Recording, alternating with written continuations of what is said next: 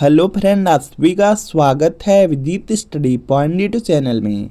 आज के इस वीडियो में यूपी वेट एंट्रेंस एग्जाम 2026 के लिए प्रीवियस ईयर क्वेश्चन पेपर की क्लास करने वाले हैं। आज के इस वीडियो में उत्तर प्रदेश बीएड संयुक्त प्रवेश परीक्षा 2025 का हल प्रश्न पत्र करेंगे और यह आपका प्रथम प्रश्न पत्र है। प्रथम प्रश्न पत्र में देखेंगे जीके और हिंदी के प्रश्न पूछे जाते हैं और जो आपका द्वितीय प्रश्न पत्र होता है उसमें रीजनिंग के प्रश्न पूछे जाते हैं। उसके अलावा आर्ट या साइंस या कॉमर्स या एग्रीकल्चर के प्रश्न पूछे जाते हैं। तो आज की वीडियो आपके लिए बहुत ज़्यादा इंपॉर्टेंट है, शुरू से लेकर अंत तक जरूर देखिएगा। यहाँ पर देख सकते हैं बीएड प्रवेश परीक्षा 2025 का यहाँ पे प्रथम प्रश्न पत्र है। और वीडियो को शुरू करने से पहले जान लीजिए कि जो यूपी बीएड एंट्रेंस एग्जाम है उसमें 200 प्रश्न पूछा जाता है। 400 नंबर का आपका एग्जाम होता है और अगर इस एग्जाम में आपका 250 प्लस नंबर आ जाते हैं तो आपकी मनपसंद के बिल्कुल कॉलेज मिल जाएंगे। अगर अपने ज़िले में चाहेंगे या अपने पास में चाहेंगे वह भी कॉलेज मिल जाएगा। सरकारी चाहेंगे सरकारी कॉलेज मिल जाएगा। प्राइवेट कॉलेज में एडमिशन लेना है तो प्राइवेट में हो जाएगा अगर 250 प्लस नंबर आ जाते हैं। और यूपी बीएड एंट्रेंस एग्जाम की सबसे अच्छी बात है कि प्रीवियस ईयर क्वेश्चन पेपर से बहुत सारे प्रश्न रिपीट होते हैं। जैसे आपका जीके का सब्जेक्ट है, जीके के सब्जेक्ट में आप लोग देखेंगे 50 प्रश्न पूछा जाता है। 50 में देखेंगे लगभग 30 से 35 प्रश्न आपका प्रीवियस ईयर क्वेश्चन पेपर से ही देखने को मिलता है। बिल्कुल इसी तरीके से हिंदी सब्जेक्ट है, हिंदी सब्जेक्ट में भी 50 प्रश्न पूछा जाता है। 50 में देखेंगे लगभग 35 से 40 प्रश्न आपको प्रीवियस ईयर क्वेश्चन पेपर से ही देखने को मिलता है। रीजनिंग में भी 50 प्रश्न पूछे जाते हैं। 50 में देखेंगे 35 से 40 प्रश्न आपको प्रीवियस ईयर क्वेश्चन पेपर से देखने को मिलते हैं। सिर्फ डिजिट बदले रहेंगे, बाकी सब आपका बिल्कुल सेम ही आपको रीजनिंग में भी मिलेगा। आर्ट, साइंस, कॉमर्स, एग्रीकल्चर में भी आप लोग देखेंगे बहुत सारे ऐसे प्रश्न हैं जो आपको direct previous year question paper से रिपीट मिलेंगे। तो प्रीवियस ईयर पेपर जरूर करके एग्जाम में जाइएगा।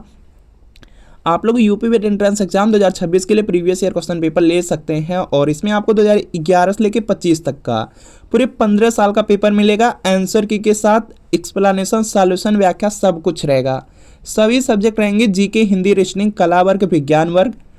तो यहाँ पे आपको व्हाट्सएप नंबर दिया गया है और इसी व्हाट्सएप नंबर पर आपको लिखना है यूपी वेट entrance previous year paper. Art या साइंस लिख करके व्हाट्सएप पे मैसेज करना है। जैसे मैसेज करेंगे आपको रिप्लाई किया जाएगा। सिर्फ 30 रुपये की पेमेंट करनी होगी। जैसे 30 रुपये की पेमेंट करेंगे तुरंत प्रीवियस ईयर पेपर आपको सेंड कर दिए जाएंगे। तो इस व्हाट्सएप नंबर पर मैसेज करके प्रीवियस ईयर पेपर आप लोग ले सकते हैं। चलिए आज की क्लास को कंटिन्यू कर लेते हैं और इसमें देखेंगे जो प्रश्न है, सबसे पहला प्रश्न है कि कुरियन पुरस्कार दिया जाता है। 4 ऑप्शन आपको दिया गया, डेयरी विज्ञान में, कृषि विज्ञान में, चिकित्सीय विज्ञान में, वैज्ञानिक अनुसंधान में। तो देखिए जो कुरियन पुरस्कार है वह दिया जाता है डेयरी विज्ञान में। तो यहाँ पर आपका ऑप्शन नंबर यहाँ पर ए वाला बिल्कुल यहाँ पे राइट आंसर हो जाएगा। ए वाला आपका ऑप्शन बिल्कुल राइट आंसर है। अगला प्रश्न आपके सामने है कि 42वां संविधान संशोधन द्वारा संविधान के किस अनुच्छेद में मौलिक कर्तव्यों को जोड़ा गया। 4 ऑप्शन दिया गया, 51A, 53A, 54A, 55A। तो देखिए जो 42वां संविधान संशोधन है उसके द्वारा संविधान में जो 51A है, 51A जो अनुच्छेद है उसी में मौलिक कर्तव्य को जोड़ा गया। तो यहाँ पर आपका ऑप्शन नंबर ए वाला बिल्कुल राइट आंसर होगा। अगला प्रश्न है कि दिल्ली के सिंहासन पर बैठने वाली प्रथम और अंतिम मुस्लिम महिला कौन थी। 4 ऑप्शन दिया गया, रोशन आरा, जहां आरा, रजिया सुल्तान, चांद बीबी। तो जो दिल्ली का सिंहासन है उस पर बैठने वाली जो प्रथम महिला थी वह रजिया सुल्तान थी। तो यहाँ पर आपका ऑप्शन नंबर सी वाला बिल्कुल राइट आंसर है। अगला प्रश्न आपके सामने है कि अष्टप्रधान का क्या अर्थ था। 4 ऑप्शन दिया गया, चारों ऑप्शन आप लोग पढ़ेंगे उसके बाद आंसर करेंगे और इसका आंसर हो जाएगा कि मंत्रियों की एक परिषद जो मराठा शासक के सलाहकार के रूप में कार्य करती थी उसी को अष्टप्रधान कहा जाता था। तो यहाँ पर आपका ऑप्शन नंबर ए वाला बिल्कुल राइट आंसर हो जाएगा। इसके बाद देखेंगे नेक्स्ट प्रश्न है कि प्लासी का युद्ध कब हुआ। 4 ऑप्शन दिया गया, 1757 ईस्वी, 1764 ईस्वी, 1576 ईस्वी, 1761 ईस्वी। और यह प्रश्न आपके बीएड एंट्रेंस एग्जाम में बहुत बार रिपीट हुआ है, कम से कम 4 से 5 बार रिपीट हुआ है 2011 से लेकर के अगर 2025 तक का पेपर देखेंगे तो। यहाँ पे इसका जो राइट आंसर है यह हो जाएगा 1757 ईस्वी में। जो प्लासी का युद्ध हुआ है वह 1757 ईस्वी में हुआ है, तो यहाँ पे ए वाला राइट आंसर है। 1930 ईस्वी में गांधी जी ने सत्याग्रह किया तथा दांडी यात्रा क्यों की? 4 ऑप्शन है, चारों ऑप्शन आप लोग पढ़ेंगे उसके बाद आंसर करेंगे। नमक कानून को तोड़ने के लिए, अंग्रेजों को भारत से निकालने के लिए, ए और बी दोनों, उपर्युक्त में से कोई नहीं। तो देखिए यहाँ पे जो दांडी यात्रा महात्मा गांधी ने किया था और जो सत्याग्रह आंदोलन किया था, यहाँ पे सत्याग्रह किया था वह नमक कानून को तोड़ने के लिए किए थे। तो यहाँ पर आपका ऑप्शन नंबर ए वाला राइट आंसर है। ऑप्शन नंबर जो ए वाला है वह बिल्कुल राइट है। अगला प्रश्न आपके सामने है, भारत में गरीबी हटाओ का नारा किस पंचवर्षीय योजना के अंतर्गत दिया गया था? 4 ऑप्शन दिया गया, पहली पंचवर्षीय योजना, दूसरी पंचवर्षीय योजना, चौथी पंचवर्षीय योजना, 5वीं पंचवर्षीय योजना। तो देखिए जो गरीबी हटाओ का नारा है वह 5वीं पंचवर्षीय योजना के अंतर्गत दिया गया था। तो यहाँ पर आपका ऑप्शन नंबर डी वाला बिल्कुल राइट आंसर है। जो भी छात्र इसमें डी वाले को चूज किए वह बिल्कुल राइट है। नील नदी की देन किसे कहते हैं? भारत को, मिस्र को, सूडान को, जापान को? तो यहाँ पे इसका राइट आंसर हो जाएगा मिस्र को। नील नदी की जो देन है वह मिस्र को कहा जाता है। तो यहाँ पर आपका ऑप्शन नंबर बी वाला बिल्कुल राइट आंसर है। सर्वप्रथम चांदी के सिक्कों का प्रचलन किस शासक ने करवाया था? 4 ऑप्शन दिया गया, समुद्रगुप्त, चंद्रगुप्त विक्रमादित्य, कुमारगुप्त, उसके बाद स्कंदगुप्त हैं। तो यहाँ पे इसका राइट आंसर होगा चंद्रगुप्त विक्रमादित्य के द्वारा सर्वप्रथम चांदी का जो सिक्का है उसका प्रचलन किया गया था। तो यहाँ पर आपका ऑप्शन नंबर बी वाला बिल्कुल राइट आंसर है। अगला प्रश्न आपके सामने है, राष्ट्रगान जो जनगण मन है उसकी रचना किसने की थी? 4 ऑप्शन दिया गया, बंकिम चंद्र चटर्जी, रविन्द्रनाथ टैगोर, आशुतोष चटर्जी, हरीन्द्र नाथ यहाँ पे टैगोर। तो यहाँ पे इसका राइट आंसर होगा, देखिए जो राष्ट्रगान है जनगण मन, इसकी जो रचना है रविन्द्रनाथ टैगोर के द्वारा की गई। तो यहाँ पर आपका ऑप्शन नंबर बी वाला बिल्कुल राइट आंसर है। और इसी से रिलेटेड एक प्रश्न और है जो पूछा जाता है एग्जाम में, राष्ट्रगीत है वह वंदे मातरम है और उसके जो लेखक है बंकिम चंद्र चटर्जी है, इसको भी याद रख लेंगे। अगला प्रश्न आपके सामने है, भारत के आर्थिक विकास की मूल समस्याओं में निम्न में से कौन एक कारक उत्तरदायी नहीं है? 4 ऑप्शन है, 4 ऑप्शन पढ़ेंगे उसके बाद आंसर करेंगे। और यहाँ पे इसका राइट आंसर हो जाएगा मृत्यु दर कम होना, जो डी वाला दिया गया, डी वाला बिल्कुल राइट आंसर है।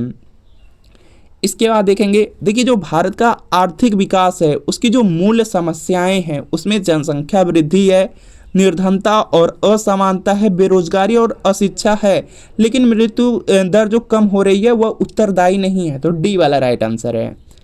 अगला प्रश्न आपके सामने कि घासीरामल जो कोतवाल हैं पुस्तक के लेखक कौन हैं? तो यहाँ पे इसका राइट आंसर हो जाएगा विजय तेंदुलकर, जो आपके ऑप्शन नंबर सी में दिया गया, सी वाला बिल्कुल यहाँ पे राइट आंसर है। अगला प्रश्न आपके सामने है, भारतीय रिजर्व बैंक की स्थापना कब हुई थी? 4 ऑप्शन दिया गया, 1932 ईस्वी में, 1934 ईस्वी में, 1935 ईस्वी में और 1937 ईस्वी में। तो यहाँ पे इसका राइट आंसर हो जाएगा भारतीय रिजर्व बैंक जो आपका आरबीआई है, इसकी जो स्थापना है 1935 ईस्वी में हुई। तो यहाँ पर आपका ऑप्शन नंबर सी वाला बिल्कुल राइट आंसर है। इसके बाद देखेंगे नेक्स्ट है, ग्रुप ए रक्त वाले व्यक्ति को किस ग्रुप का रक्त दिया जा सकता है? 4 ऑप्शन आपको दिया गया है यहाँ पे, केवल ए ग्रुप का, ए बी ग्रुप का, केवल ओ ग्रुप का, ए और ओ ग्रुप दोनों का दिया जा सकता है। तो यहाँ पे इसका राइट आंसर होगा जो ग्रुप ए वाला यहाँ पे रक्त वाला व्यक्ति है उसको ए यहाँ पे ए ब्लड ग्रुप भी दिया जा सकता है और जो ओ ग्रुप है उसको भी दिया जा सकता है। तो यहाँ पे डी वाला बिल्कुल राइट आंसर है। अगला है, संसार का अधिकतम कॉफी उत्पादक देश है। तो इसका देखिए आपको सही जवाब करना है। 4 ऑप्शन दिया गया है, इथियोपिया दिया गया है, उसके बाद श्रीलंका है, भारत है, ब्राज़ील है। तो यहाँ पे इसका राइट आंसर होगा ब्राज़ील। संसार का जो अधिकतम कॉफी उत्पादक देश है वह ब्राज़ील है। तो यहाँ पर डी वाला बिल्कुल राइट आंसर है। दयानंद के बचपन का क्या नाम था? 4 ऑप्शन दिया गया, चारों ऑप्शन पढ़ेंगे उसके बाद आंसर आप लोग करेंगे। और यहाँ पर देखेंगे दिया गया है परिशंकर, मूलशंकर, परमानंद, अंबाशंकर। तो यहाँ पे इसका जो राइट आंसर है यह हो जाएगा मूल शंकर। दयानंद के जो बचपन का नाम था वह मूल शंकर था। तो यहाँ पर आपका ऑप्शन नंबर बी वाला बिल्कुल राइट आंसर है। स्वतंत्र भारत का प्रथम गवर्नर जनरल कौन था? 4 ऑप्शन दिया गया है। डॉक्टर राजेंद्र प्रसाद, सच्चिदानंद सिन्हा, लॉर्ड माउंटबेटन, सी राजगोपालाचारी। स्वतंत्र भारत के जो प्रथम गवर्नर जनरल थे वह लॉर्ड माउंटबेटन थे। तो यहाँ पर आपका ऑप्शन नंबर सी वाला बिल्कुल राइट आंसर है। अकबर और हेमू के बीच में पानीपत का जो द्वितीय युद्ध है कब हुआ था? 4 ऑप्शन आपको दिया गया, चारों ऑप्शन पढ़ेंगे उसके बाद आंसर करेंगे। 1550 ईस्वी, 1556 ईस्वी, 1559 ईस्वी, 1560 ईस्वी। यहाँ पे इसका राइट आंसर हो जाएगा 1556 ईस्वी। अकबर और जो हेमू के बीच पानीपत का जो द्वितीय युद्ध हुआ था वह 1556 ईस्वी में हुआ था। तो यहाँ पर बी वाला बिल्कुल राइट आंसर है। और पानीपत के 3 युद्ध हुए थे। पहला हुआ था 1526 में, दूसरा हुआ था 1556 में और तीसरा हुआ था 1761 ईस्वी में। इसको भी आपको याद रखना है। अगला प्रश्न आपके सामने है, किस गुरु ने खालसा की स्थापना की? 4 ऑप्शन दिया गया है। गुरु अर्जुन देव, गुरु गोविंद सिंह, गुरु तेग बहादुर, इनमें से कोई नहीं। खालसा पंथ की जो स्थापना है गुरु गोविंद सिंह ने किया था। तो यहाँ पर आपका ऑप्शन नंबर बी वाला बिल्कुल राइट आंसर है। जो भी छात्र इस वाले प्रश्न में बी को चूज किए हैं वह बिल्कुल राइट हैं। अगला प्रश्न आपके सामने है, पृथ्वीराज चौहान की जीवनी और कार्यों पर आधारित जो पृथ्वीराज रासो है उसकी रचना किसने की थी? अमीर खुसरो, मल्लुक दास, चंद बरदाई, सरफुद्दीन यजदी। पृथ्वीराज रासो की जो रचना है वह चंद बरदाई के द्वारा किया गया है। तो यहाँ पे सी वाला बिल्कुल राइट आंसर होगा। निम्नलिखित में से किसके शासनकाल के दौरान वेनसांग भारत की यात्रा पर आया था?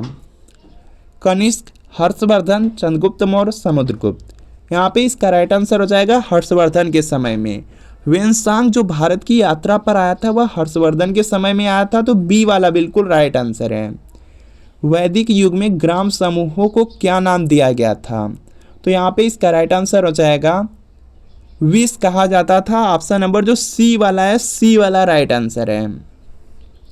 शेर शाह की कब्र कहाँ पर स्थित है? 4 ऑप्शन दिया गया है आपको। ऑप्शन ए है आगरा, ऑप्शन बी है लाहौर, ऑप्शन सी है बदायूं, ऑप्शन डी है सासाराम। शेर शाह की जो कब्र है वह सासाराम में है। सासाराम डी में दिया गया है। डी वाला बिल्कुल राइट आंसर है। भगवान बुद्ध ने अपना उपदेश धर्मचक्र प्रवर्तन कहाँ दिया था? वैशाली में, बोधगया में, लुम्बिनी में, सारनाथ में। तो यहाँ पे इसका राइट आंसर हो जाएगा सारनाथ में। भगवान बुद्ध ने जो अपना पहला उपदेश है वह सारनाथ में दिया था और जो पहला उपदेश दिए थे उसी को धर्मचक्र प्रवर्तन कहा गया। तो यहाँ पे डी वाला बिल्कुल राइट आंसर है। निम्नांकित में से कौन सा उदारवादी नेता नहीं था? 4 ऑप्शन आपको दिया गया है। गोपाल कृष्ण गोखले, मदन मोहन मालवीय, दादा भाई नौरोजी, बाल गंगाधर तिलक। यहाँ पे इसका जो राइट आंसर है यह होगा बाल गंगाधर तिलक। बाल गंगाधर तिलक उदारवादी नेता नहीं थे। तो यहाँ पर डी वाला बिल्कुल राइट आंसर है। इसके बाद नेक्स्ट प्रश्न है, रडार यंत्र किस काम में आता है? तो इसका देखिए आपको सही जवाब करना है। रडार यंत्र से जहाज़ों की गति, स्थिति और दिशा को मापने के लिए प्रयोग किया जाता है। गति, स्थिति और दिशा की माप किया जाता है रडार यंत्र के द्वारा। तो यहाँ पे डी वाला बिल्कुल राइट आंसर है। दिन और रात बनने का क्या कारण है? तो यहाँ पे इसका राइट आंसर हो जाएगा पृथ्वी का अपनी धुरी पर घूमना। पृथ्वी अपनी धुरी पर घूमती है और उसी की वजह से दिन और रात बनते हैं। तो यहाँ पर आपका ऑप्शन नंबर ए वाला बिल्कुल राइट आंसर है। एलिसा परीक्षण क्या ज्ञात करने के लिए होता है? एड्स, कालाजार, कैंसर, मधुमेह। तो यहाँ पे इसका राइट आंसर हो जाएगा एलिसा परीक्षण एड्स के लिए होता है। तो यहाँ पर आपका ऑप्शन नंबर ए वाला राइट आंसर है, एड्स ज्ञात करने के लिए। इसके बाद नेक्स्ट है कि कांग्रेस की प्रथम महिला अध्यक्ष कौन थी? एनी बेसेंट, विजय लक्ष्मी पंडित, सरोजनी नायडू, अरोड़ा आसफ अली। कांग्रेस की जो प्रथम महिला अध्यक्ष थी वह एनी बेसेंट थी। एनी बेसेंट दिया गया ऑप्शन नंबर ए में। ए वाला राइट आंसर है। इसके बाद देखेंगे नेक्स्ट है 1905 ईस्वी में गोपाल कृष्ण गोखले द्वारा स्थापित प्रसिद्ध समाज सेवी संस्था का क्या नाम था? तो यहाँ पे इसका राइट आंसर हो जाएगा सर्वेंट्स ऑफ इंडिया सोसाइटी, जो सर्वेंट्स ऑफ इंडिया सोसाइटी है इसकी स्थापना गोपाल कृष्ण गोखले ने किया, तो डी वाला बिल्कुल राइट आंसर है। इसके बाद देखेंगे नेक्स्ट आपका है यहाँ से और भी प्रश्न पूछे जाते हैं, जैसे ब्रह्म समाज है, ब्रह्म समाज की स्थापना राजा राम मोहन राय ने किया। आर्य समाज है, उसकी स्थापना स्वामी दयानंद सरस्वती ने किया। रामकृष्ण मिशन है, इसकी स्थापना स्वामी विवेकानंद ने किया। इसके बाद नेक्स्ट है कि विधवा पुनर्विवाह पर जोर किसने दिया था।